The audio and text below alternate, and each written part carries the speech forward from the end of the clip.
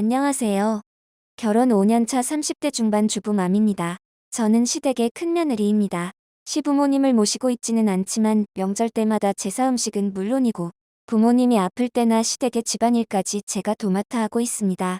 남편에게는 결혼 안 한 시동생 2명이 있는데 작년에 둘 다 결혼을 하게 되었습니다. 저에게 동서 2명이 한꺼번에 생긴 것이었습니다.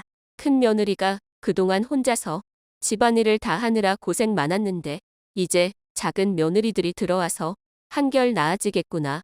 그러게. 이제 당신도 좀 편해질 때가 됐지. 이제 동서 둘이나 생겼으니까. 시어머니와 남편은 저에게 동서 둘이 생겨서 이제 제가 편해질 거라고 좋아하시더라고요.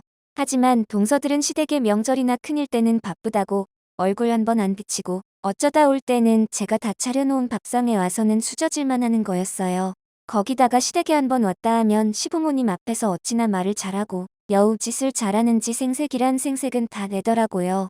시부모님 드린다고 들고 와서 생색이란 생색은 다 내는데 막상 선물을 뜯어보면 이름도 없는 싸구려 물건들이 들어있는데 겉에 포장만 아주 그럴싸하고 명품스럽게 해가지고 와서 애교질 몇 번만 하면 선물 좋아하시는 시부모님들은 그것도 모르시고 그냥 껌뻑하시더라고요. 동서 2명은 나이도 둘이 엇비슷한 20대 후반이고 부려우들끼리 만났으니 아주 죽이 착착 잘 맞아서 같이 잘 다니더라고요. 저는 반면에 말도 별로 없고 애교도 없어서 제가 아무리 시댁하고 시부모님한테 잘해도 말 잘하고 여우짓의 선수들인 동서한테는 이길 수가 없더라고요. 한마디로 제가 공과에 속하는 며느리라고 하면 새로 들어온 동서들은 저와 반대인 여우과에 속하는 며느리들이었습니다. 동서들은 돈 내는 일이라면 여우처럼 미꾸라지처럼 요리조리 빠져나가는 선수였습니다. 저희 시댁은 자주 놀러가기도 하고 나가서 외식을 할 때가 많았는데 시동생들은 물론이고 동서들도 하나도 돈을 내지 않는 거였어요. 계산할 때만 되면 시동생들하고 동서들이 짠 것처럼 어느새 뒤로 싹 빠지더라고요. 큰형님, 큰며느리가 돈을 내는 게 당연한 것처럼 말이죠. 둘째 시동생은 외국계 IT 업체 전문 기술자였고 동서는 친정이 농사를 짓고 있지만 꽤 많은 땅을 가지고 있는 부자였고 셋째 시동생은 공사직에 근무하면서 높은 연봉을 받고 있었고 동서는 학원을 운영하면서 많은 수입을 벌고 있는데도 말이죠. 당신 동생들 다 왜 그래? 돈도 잘 벌면서 왜 돈을 한 번도 안 내? 아무리 동생들이라고 해도 너무한 것 아니야? 서방님들은 물론이고 동서들도 우리보다 더 잘 버는데 말이야. 그렇다고 내가 동생들한테 돈 내라고 하기도 그렇잖아. 부모님하고 재수씨들 있는 앞에서 말이야. 그럼 계속 우리만 매번 돈을 낼 거야? 우리가 돈 잘 버는 것도 아니고 그럼 어떻게 해? 내가 어쨌든 장남이고 큰형인데. 당신은 그냥 빠져 있어. 내가 동서들한테 얘기할 테니까.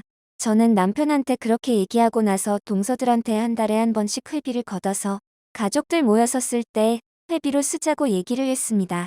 그리고 저는 제 앞으로 통장을 만들어서 매달 회비 10만 원씩 저한테 입금해달라고 했습니다.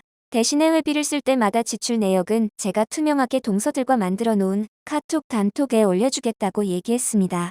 그렇게 해서 시댁 가족끼리 놀러가는 경비나 회식할 때 저희만 독박 쓰는 경우는 없어지게 되었는데 이후 들리는 얘기에 의하면 시동생들이나 동서들이 내 앞에서는 얘기를 못하면서 시댁이나 친척들한테 뒤에서 제 험담을 하고 다닌다는 얘기가 들려오더라고요. 나이살 먹은 큰 동서가 아래 동서들 잡고 다닌다고 말이죠. 하지만 저는 동서들이 자기네들끼리 뒤에서 제 험담을 하고 다니는지 말든 신경 안 쓰고 제가 추진하던 대로 그대로 밀고 나갔습니다. 그렇게 제 방식으로 밀고 나가던 2년이 지난 어느 날 시아버지 생신으로 시댁에 온 가족이 다 모일 때였습니다. 그날도 제가 일찍 가서 혼자 시아버지 생신상을 차리고 있는데 혼자서 음식을 다 차리고 나니까 시동생들하고 동서들이 짝이라도 한 듯 그때서야 동시에 나타나는 거였어요. 왜들 이렇게 늦게 왔어? 좀 일찍들 와서 큰 며느리 좀 도와주지. 어머님, 죄송해요. 이것 좀 사가지고 오느라고. 동서들은 그러더니 시부모님 앞에서 가지고 온 것들을 꺼내놓기 시작했습니다. 평소 같았으면 이름도 없는 싸구려 물건에 포장만 명품스럽게 해가지고 애교질로 생색을 냈을 텐데 이날은 웬일인지 정말 비싼 명품 브랜드 선물들만 가지고 왔더라고요. 어머님, 작은 동서하고 제가 아버님 드시라고 최고로 좋은 홍삼정 기프트 세트하고 인삼주 사가지고 왔어요. 너희들 돈도 없을 텐데 뭐 이런 비싼 걸 다 사가지고 왔어? 아버님이 요즘 기력이 약해지신 것 같아서요. 동서하고 제가 요즘 얼마나 어머님하고 아버님 걱정하고 있는데요. 아버님하고 같이 드세요. 그래, 고맙구나. 이건 백화점에서 산 어머님 옷이에요. 오늘 아버님 생신이긴 하지만 저희가 어머님 선물을 빼고 올 사람들은 아니잖아요. 너희가 그래서 늦게 왔구나. 우리 늙은이들 선물 사주려고. 미안하다. 나는 그것도 모르고 너희들이 일하기 싫어서 일부러 늦게 온 줄 알았지? 어머? 어머님? 저희가 설마 그러겠어요? 큰형님이 혼자 고생하는 것 다 알고 있는데 형님하고 제가 정말 아버님과 어머님 마음에 드는 선물 드리려고 둘이서 신발이 닳도록 백화점 온 곳을 다 찾아다녔다니까요. 그래? 너희들 정성이 기특하구나. 고맙다. 시어머니가 내 앞에서 동서들을 칭찬을 하자 동서들은 제 앞에서 더 보란 듯이 시부모님한테 평소보다 더 여우 같은 애교질까지 더해서 자랑질을 하는 거였어요. 내 앞에서 설치는 동서들이 여우 같고 얄밉기는 했지만 그때까지만 해도 저는 동서들이 잘 벌고 잘 사니까 한번 마음먹고 싸운 건 줄 알았습니다. 그날 그렇게 시아버님 생신을 차려드리고 나서 다들 귀가하고 나서 저와 남편도 차를 타고 집으로 가면서 오늘 시댁에서 있었던 일들을 얘기하면서 가고 있는 중이었어요. 웬일들이지? 재수 씨들이 안 하던 짓을 다 하고. 그러게. 그렇게 비싼 선물들을 진짜 사올 때도 있네. 서방님하고 동서들은 절대 자기 돈은 쓰지 않는 구두쇠의 짠돌이들인 줄만 알았는데 남편하고 제가 이렇게 동서들 얘기를 하고 있는데 핸드폰 알림음이 울려서 보니 동서들하고 저하고 있는 카톡 단톡방에서 동서들이 카톡을 보내고 있는 거였어요. 형님, 우리가 오늘 시댁에 사가지고 간 것들 다 회비에서 산 거니까 그렇게 아세요.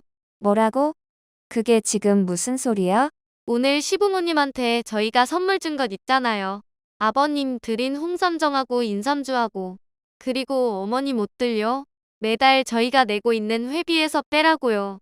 물건 산 영수증들은 보내드릴게요. 뭐야? 회비로 할 거면서 동서들이 사온 것처럼 생색 낸 거야? 나한테는 미리 말 한마디도 없이? 나한테는 선물 사기 전에 회비로 살 거라고 얘기는 했어야지.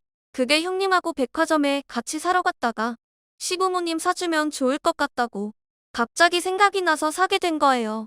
가서 말씀드리려고 했는데 저희가 그만 잊어버렸지 뭐예요. 그리고 어머님 아버님이 좋아하시는데 굳이 거기서 회비로 샀니 뭐니? 그런 얘기를 꺼내기도 그렇더라고요. 그리고 회비로 샀든 뭐가 그리 중요해요? 아버님과 어머님이 선물 받고 좋아하셨으면 된 거지. 아니, 그게 아니라 암튼 오늘 혼자 생신 음식 만드시느라 형님이 고생 많으셨네요. 그럼 저희는 바빠서 이만. 제가 더 얘기도 하기 전에 동서들은 카톡을 끊어버리더라고요. 저는 동서들의 카톡을 받고 어이가 없었습니다.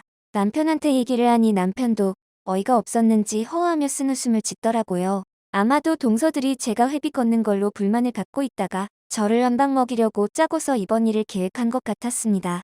남편은 그것 가지고 시동생들이나 동서하고 싸울 수도 없는 노릇이고 그냥 넘어가자고 하더라고요. 하지만 이후에도 동서들의 그런 얌체 같은 여우짓들을 계속되더라고요.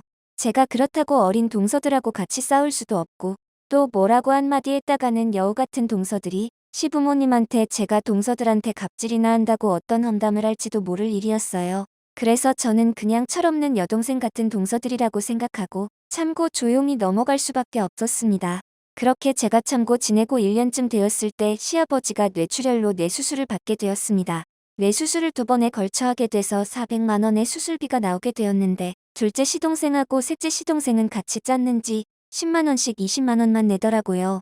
그래서 나머지는 결국 저희가 다 부담하게 되었고 또 이후에 시아버님 허리 수술을 할 때도 200만 원 들었는데 그때도 동서들이 같이 짰는지 돈을 아예 10원도 안 내더라고요.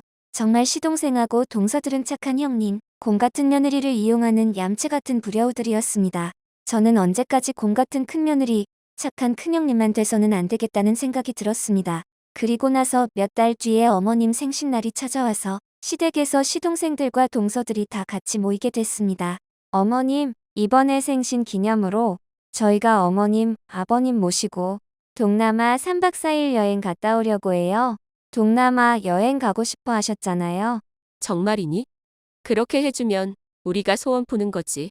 어머님이 그렇게 가고 싶어 하셨는데 당연히 저희가 해드려야죠. 아참, 동서들도 같이 갈래? 아니요, 저희는 바빠서. 그냥 형님네만 갔다 오세요. 저희도 바쁘네요. 아, 그래. 그럼 할 수 없지. 우리가 부모님 모시고 잘 갔다 올게.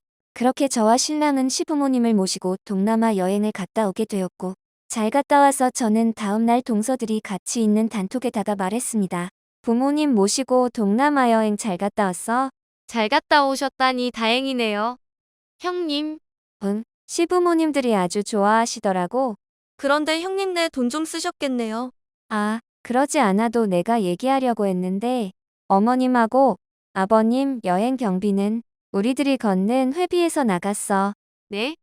이번 여행비 형님 내 돈으로 쓰는 것 아니었어요? 아니, 회비로 부모님들 여행 보내드리려고 한 건데, 그래서 내가 동서들 보고 같이 가자고 그랬잖아. 그런데 동서들 바빠서 못 간다면서. 그럼 회비로 갔다 오시려고 한 거면 우리한테 회비에서 쓸 거라고 왜 얘기 안 했어요? 저번에 동서들이 아버님 생신 선물 드릴 때 동서들도 나한테 말 안 하고 그러지 않았어? 그때 시부모님 앞에서 선물 주며 동서들이 하는 것처럼 생색이란 생색은 다 내고는 집에 오면서 나보고 회비로 처리하라고 한 거 기억 안 나? 그건 그날 백화점에 갔다가 사드리면 좋을 것 같아서 그랬죠. 나도 그런 거야. 그날 어머님 생신 때 뵈니까 동남아 여행 보내드려야겠다고 생각나서 그런 건데 동서들처럼 말이야. 그리고 나도 동서들이 그랬던 것처럼 부모님들 앞에서 회비로 보내드리니 뭐니 그러기도 그렇더라고. 또 동서들이 나한테 그랬잖아. 회비로 하던 뭐가 중요하냐고. 아버님하고 어머님만 좋아하시기만 하면 된다면서. 형님, 그리고 전에 아버님 허리 수술 비용 200만 원 나왔는데 동서들은 하나도 안 냈더라고. 그건 저희가 돈이 없어서. 아, 그래? 그러지 않아도 내가 돈 없는 동서들 생각해서 수술 비용은 회비에서 처리하려고. 형님, 앞으로도 돈 쓸 있으면 돈 없는 동서들을 생각해서 회비로 다 처리하려고. 동서들이 제 얘기를 듣고 말문이 막혔는지 더 이상은 말도 안 하더라고요. 그날 이후로는 저는 모든 시댁과 관련된 것은 회비를 통해서 똑같이 내고 있답니다. 동서들도 한번 자신들도 크게 한번 당하고 나니 또 당할까봐 이제는 전처럼 대놓고 여우짓은 못하더라고요. 이런 말이 있더라고요. 곰은 여우랑 시댁이랑 말 섞으면 백전백패라는 말이요. 곰이 여우를 이기는 유일한 방법은 시종일관 안 들리는 척하고 무관심으로 대하라고 하더라고요. 저는 곰 같은 큰며느리 베풀기만 할 줄 아는 손이 큰 형님이지만 여우짓거리만 하는 동서들한테는 이제는 화나면 화도 낼 줄 아는 마냥 미련하지만은 않은 곰이 되려고 합니다. 여러분들도 살아가시면서 지혜롭고 슬기로운 곰이 되시기 바랍니다. 제 사연 들어주셔서 감사드립니다. 모든 분들 오늘도 행복한 하루 되시기 바랍니다.